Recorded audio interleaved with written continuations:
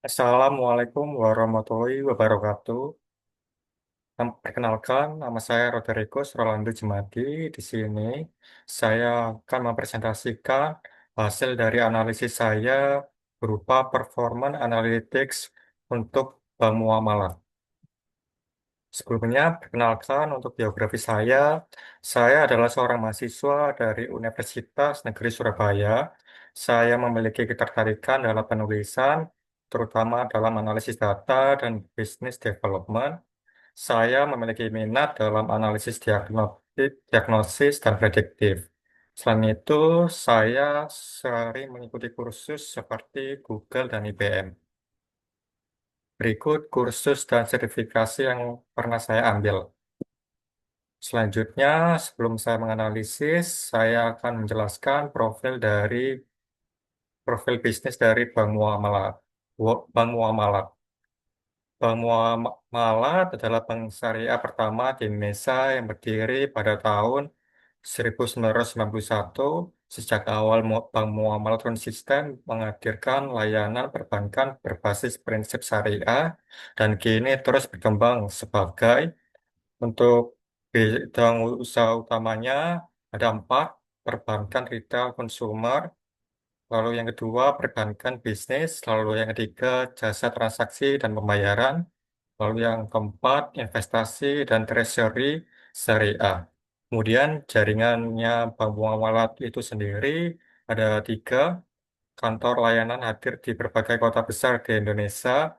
Lalu yang kedua, jaringan elektronik dan digital untuk kemudahan transaksi harian. Lalu yang ketiga, layanan berbasis komunitas Muslim dan nasabah umum di seluruh Indonesia.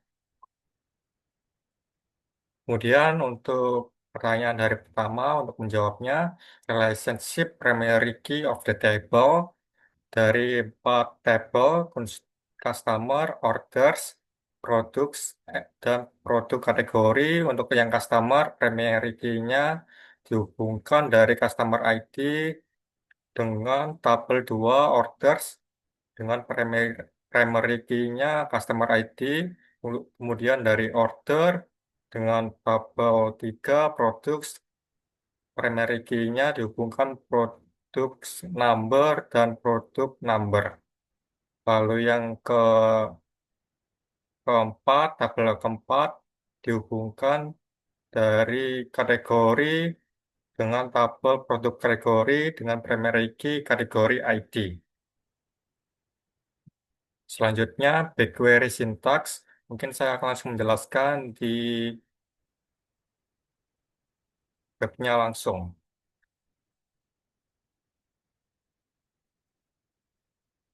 Berikut dari sintaks SQL yang saya buat. Yang pertama, saya menggunakan create or replace table dengan nama tabel master. Kemudian saya memilih select dengan opsi beberapa kolom yang berikut ini. Date order, kemudian kategori name, product price, kemudian order quantity, kemudian total sales, kemudian customer email dan customer city dengan cara joinnya sebagai berikut. Jadi muamalah order tabel 1 saya namakan A, kemudian tabel 2 B, kemudian saya join bracket dengan customer ID, kemudian tabel C dengan join bracketnya produk number dan produk number, kemudian tabel keempat saya namakan D dengan join bracketnya primary key-nya menggunakan kategori dan kategori ID. Kemudian untuk mengurutkan, menaikkan, saya menggunakan syntax order by melalui order date menggunakan ascending agar pengurutannya dimulai dari yang terkecil dulu. Dimulai dari tahun yang terkecil dulu.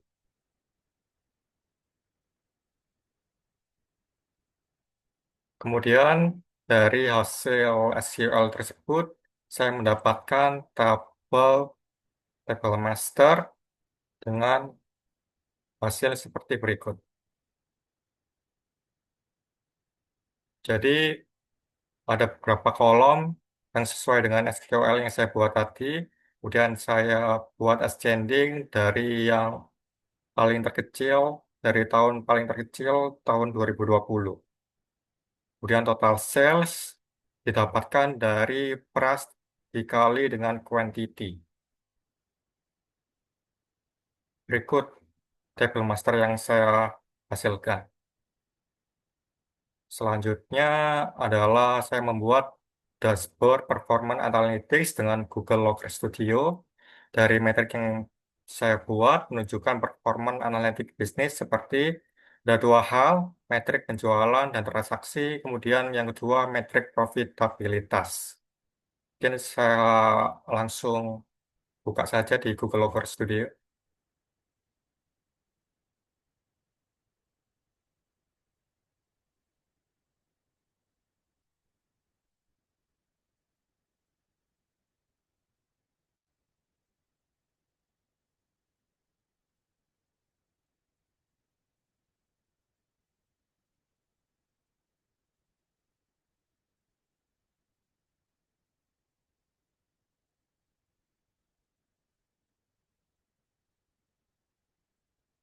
Berikut pembahasan dari dashboard yang saya buat. Terdapat beberapa grafik dan juga time series yang saya buat, diagram batang dan juga diagram tabel. Jadi yang pertama saya menggunakan produk terjual, menggunakan dimensi dari kategori dan dimensi dari metrik kuantitas. Kemudian diagram kedua dapat diagram yang sama tapi menggunakan metrik dari total sales. Dari dua diagram ini dilihat bahwa produk yang paling banyak terjual, terlaris adalah kategori e-books, kemudian yang kedua training video, lalu yang ketiga blueprints. Tetapi berbeda dengan produk terjual, total pendapatan yang paling terbanyak berupa produk dengan kategori robots, lalu yang kedua drones, lalu yang ketiga robot kids.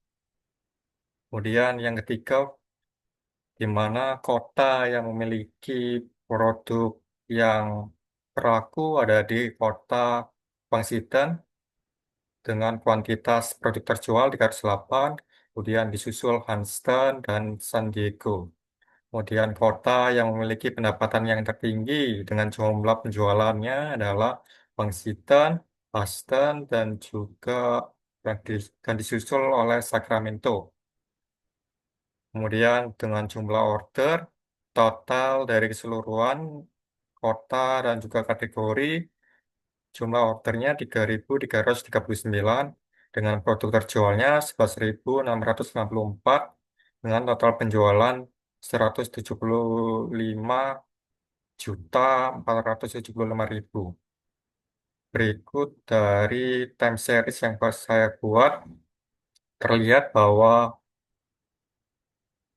diagram kurvanya itu berbentuk siklis, jadi tidak menentu. Terlihat bahwa Januari 2002 terlihat pada November tahun 2020 itu total penjualannya, jumlah penjualan pendapatannya itu paling sedikit di antara tahun dan bulan di 2021. Dan juga tahun 2021 juga mengalami penurunan.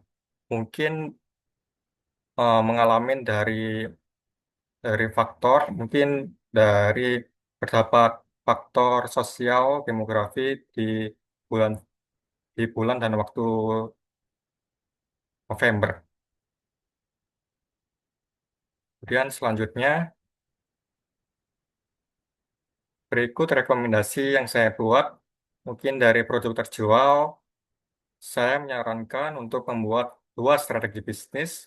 Yang pertama itu strategi bundling dan upselling dengan menawarkan bundling produk hardware, misalnya drone, training video, atau drone plus drone kits. Seperti yang kita tahu tadi, jumlah penjualan dari robots dan drone, kemudian drone kits itu tertinggi di antara produk kategori yang lain. Ini gunakan eh, bonus gratis atau diskon besar untuk pembelian robots atau drones. Ini bisa meningkatkan nilai transaksi dan memperkuat value proporsi dari produk yang paling besar, paling utama. Kemudian yang kedua, strategi bisnis dengan memberikan program loyalitas dan review, dorong ulasan review untuk robot dan drone karena produk ini memiliki nilai yang tinggi. Gunakan social proof ini untuk meningkatkan kredibilitas di mata calon pembeli baru. Jadi kita harap dengan mendorong review yang banyak dari ketiga produk ini itu dapat meningkatkan kredibilitas di mata pembeli baru. Kemudian metrik demografi dan transaksi ada dua strategi yang saya buat. Yang pertama strategi double down di Washington. Kita lihat bahwa Washington itu memiliki jumlah produk terjual terbanyak. Ini tuh mempertahankan dan memaksimalkan dominasi pasar di Key Performance City dengan menawarkan program loyalitas atau voucher eksklusif hanya untuk pelanggan di wilayah Washington untuk mendorong pembelian berulang. Jadi diharapkan dengan Washington itu dapat mempertahankan untuk produk terjualnya dan mempertahankan dari loyalitas dari customernya. Lalu yang kedua, strategi booster di Huntston dan Sacramento. Jadi dua kota ini adalah dua kota tertinggi setelah Washington dengan mendorong kota-kota ini mendekati performa Washington dengan menjalin kerjasama dengan loyal communities, universitas atau komunitas teknologi entusias di Houston dan Sacramento untuk mengadakan workshop untuk demo produk terutama robots dan drone guna meningkatkan visibilitas dan kepercayaan. Jadi dengan mengadakan event-event, acara, dengan melibatkan tokoh atau komunitas dari teknologi itu dapat berperan aktif dalam meningkatkan produksi dan juga profitabilitas dari perusahaan bank muamalah.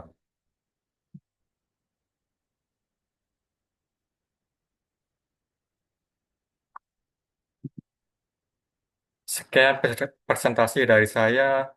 Assalamualaikum warahmatullahi wabarakatuh.